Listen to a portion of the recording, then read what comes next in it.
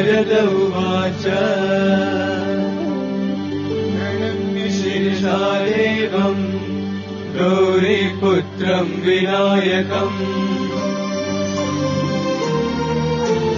भक्तावासम् स्मरे नित्यम् आयुकामार्थसिद्धये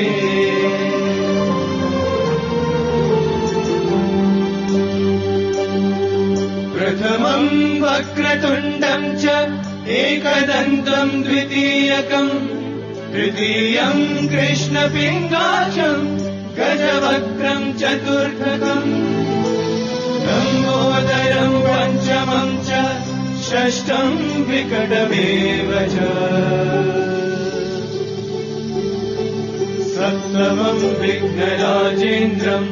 धूम्रवर्णम् तथाष्टमम्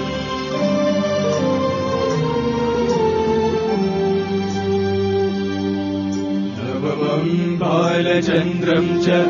दशमम् तु विनायकम् एकादशम् गणपतिम् द्वादशम् तु गजाननम् द्वादशैतानि नामानि त्रिसन्ध्यम् यः पठे नरः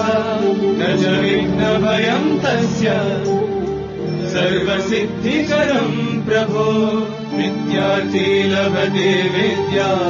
धनार्थी लभते धनम् पुत्रार्थी लभते पुत्रा मोक्षार्थी लभते गतिम्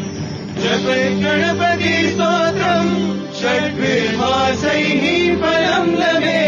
संवत्सरेण सिद्धिम् च लभते नात्र संशयः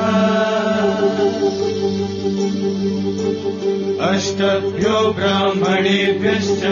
लिखित्वाय समर्पये तस्य विद्या भवेत् सर्वा गणेशस्य प्रसादतः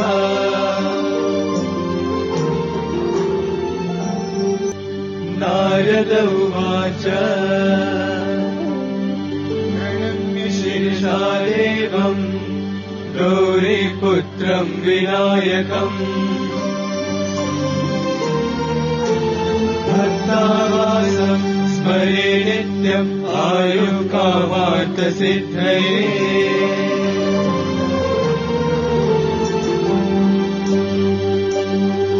प्रथमम् वक्रतुण्डम् च एकदन्तम् द्वितीयकम् तृतीयम् कृष्णपिङ्गाक्षम् गजवक्त्रम् चतुर्थकम् लम्बोदरम् पञ्चमम् च षष्ठम् विकटमेव च सप्तमम् विघ्नराजेन्द्रम् धूम्रवर्णम् तथाष्टमम्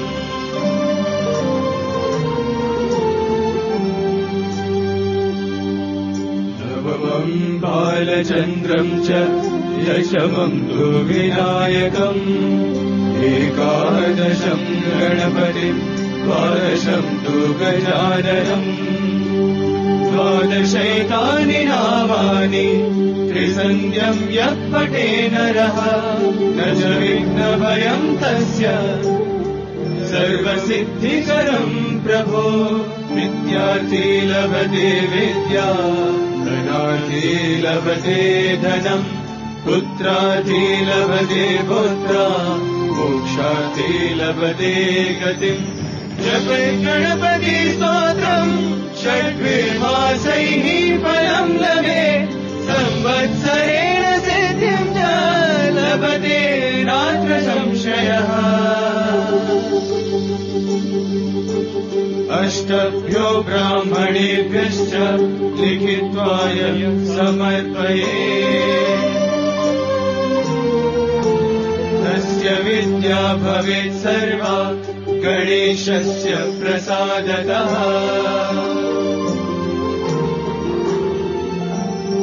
इति श्रीनारदपुराणे सङ्कष्टनाशनम् नाम श्रीगणपतिस्तोत्रम् सम्पूर्णम्।